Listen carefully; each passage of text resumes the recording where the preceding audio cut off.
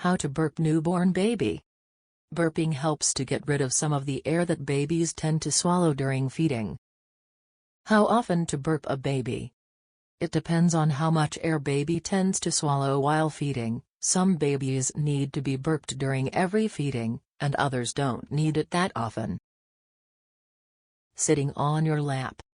Sit baby on your lap facing away from you, lean his weight slightly forward against one of your hands and gently pat his back. On your shoulder. Drape baby over your shoulder and gently pat and rub her back.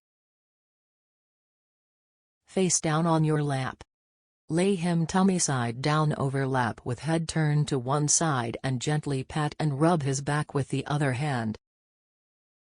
What if my baby won't burp? Baby shows signs of trapped wind, crying, arched back, drawing legs into tummy, clenched fists. Try lying them on their back and gently massaging their tummy.